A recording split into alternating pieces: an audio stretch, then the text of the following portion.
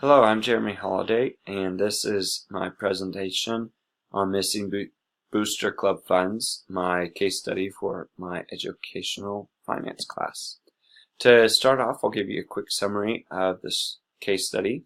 This story takes place in George Washington Middle School, located in an old residential area of a large city, Warren. The student population and socioeconomic status is declining at George Washington Middle School. And a lot of this is due to young families moving into suburban areas within the city. Many parents of student athletes help collect gate proceeds and sell concessions at many of the events. And Mr. Stevens is the current principal. He's well liked by students, parents, and teachers, and he's been around a while. He was hired 4 years prior. Mrs. Bowman is an active volunteer parent. She's got 3 kids in school, 2 in high school and 1 in middle school.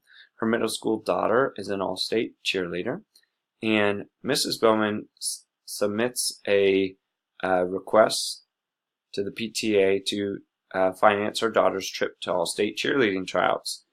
Mr. Stevens, upon getting this request, says this is out of the parameters of our PTA group. PTA monies typically go to students as an entire body of students or a majority of the students, and so after telling her that this is is outside of the boundaries of the PTA group, he then sees her the next Monday at a home basketball game. And at that home basketball game, Mrs. Bowman is working the gate, and Mr. Stevens is pretty busy with his supervising duties within the building. And as he's walking around, he bumps into Mr. Dumas, who's put in a large wad of money into his wallet. And Mr. Stevens is like, "Mr. Dumas, you looks like things are treating you well." And Mr. Dumas says, "Yeah, I paid with a $50 bill." And so later that evening, when Mr. Stevens goes out to his car and is double checking the bank bag from the evening, he can't find a $50 bill, and the $50 bill happens to be the cost of 10 tickets, which Mrs. Bowman had wrote a note saying 10 tickets had got ripped. And so we'll go ahead and start with category 1, problem identification analysis. What I know is that Mrs.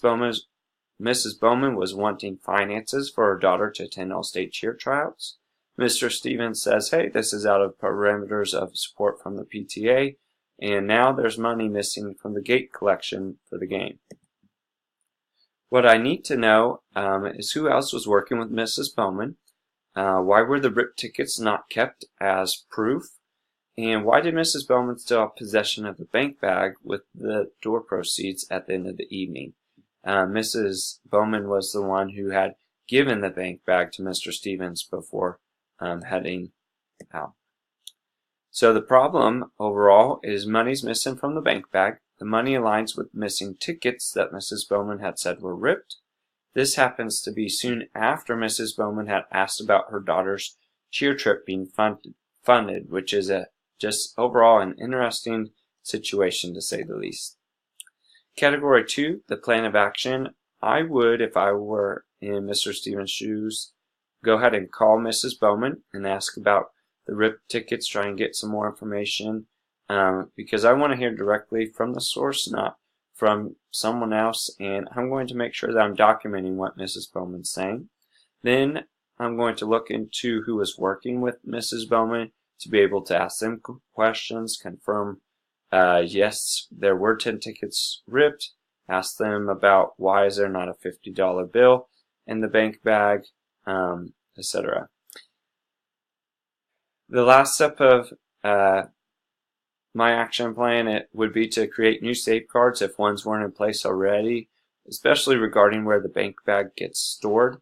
I was very shocked that Mrs. Bowman was the one giving the bank bag to Mr. Stevens, and so I think there should have been a location that bank bag got dropped off and got left until Mr. Stevens could pick it up. Category 3, resolve the issues while promoting success of all students. Not jumping to conclusions promotes the success of all students in regards to all the students are going to have honor within this. There's not going to be additional drama, which could take away from the overall learning environment. Not giving funds to Mrs. Bowman's daughter actually promotes the success for all students because it's not going to put you in a difficult position in the future. So by supporting Mrs. Bowman's daughter, then that would have set the standard of whenever a single student asks for money for varying reasons, you'd have to seriously consider it. So by saying no, this sets you up for success in the long run. Not just sweeping this to the side, saying, oh, I'm missing $50, I'm going to wait till tomorrow. That's just going to promote sound ethical behavior. As the administrator, you want to create trust within your building, and I'm not sure that would get promoted by just going ahead and saying, oh, I'll take care of it tomorrow. Also, just coming up with new safeguards helps promote wise, ethical decisions being made, and again, creates that trust within the building. It would be sad for Mr. Stevens to lose trust because of not having sound safeguards in place. Category 4, debriefing the problem by reflecting.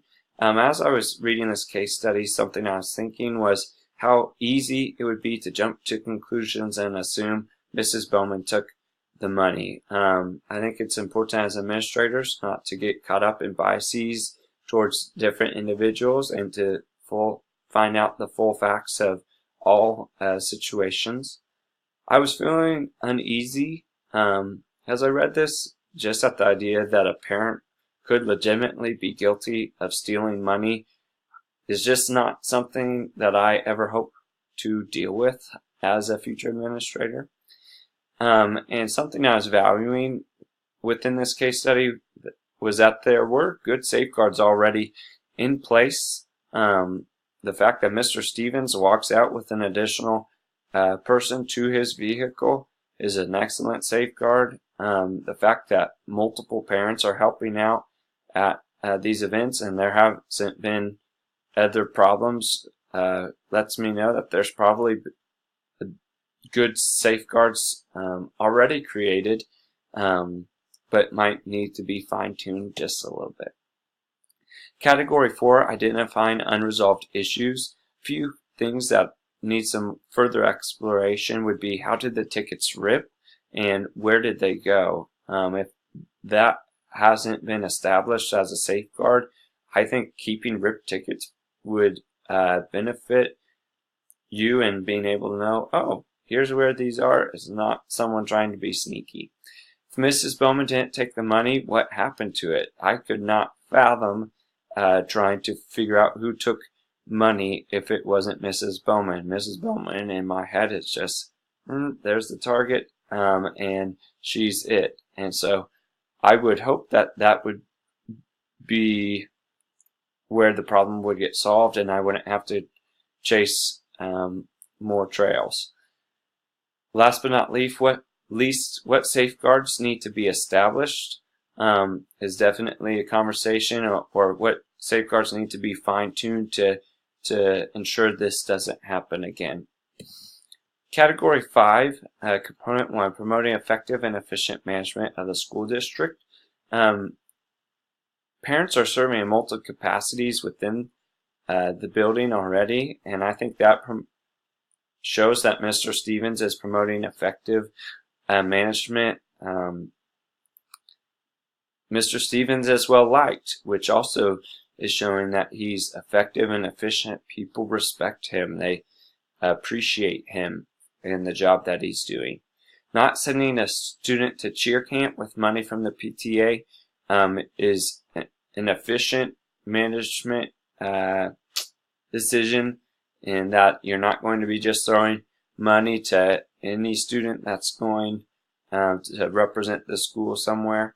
And last but not least, having safeguards in place. He's already got some good safeguards with the guard walking out to his car with him. That's an effective and efficient management decision within the school building, and I'm sure that there are others, as he's got multiple parents serving within different positions where they're collecting money. Category 5, Component 2, promoting the social learning of every student. Gathering all facts in this situation allows students to still have honor. I'm thinking specifically of Mrs. Bowman's kids. They wouldn't be antagonized for, oh, your mom stole money from the school, and there's not going to be spreading, rumor spreading, and yeah, it's just going to overall help students to be kind and respectful to each other still. Avoiding false accusations also allows for relationships to stay intact. It's really easy to say, oh, here's the picture that's been painted. Mrs. Bowman, you took the money. By not doing that, Mr. Stevens promotes a positive working relationship still with people, and is going to help him earn respect, I think, in how he handles the situation. And last but not least, every student gets treated fairly. By Mrs. Bowman's daughter being denied the trip, it's going to allow other students to know that they are just as valuable, and that money's not being spent unwisely by supporting just one student. Category 5, Component 3, promote student academic learning. By avoiding distractions from schoolwork, you're avoiding the drama that is all tied up in this. It is going to help students be focused and engaged still on their learning. Experience to share in classes. This doesn't necessarily have to be specific, but I can see how, as a principal, you could talk about this with a classroom teacher, of sharing, here's different safeguards that you can have, or even different ways to keep people accountable. I can't imagine as a high schooler learning about, hey, let's have a two-person system to ensure that we're accountable and being responsible for our actions. And last but not least, not favoring one activity over another.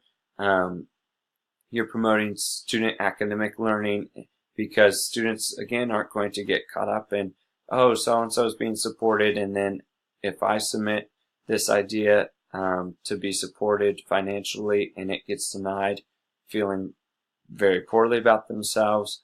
And it's showing, hey, we're going to support the entire student body, or a majority of the student body, when we support financially. So overall, this was a great way to end the semester. I had a lot of fun in this class, and I learned a lot about making sure I have good safeguards in place as a future administrator. Thank you very much, and have a good rest of your school year.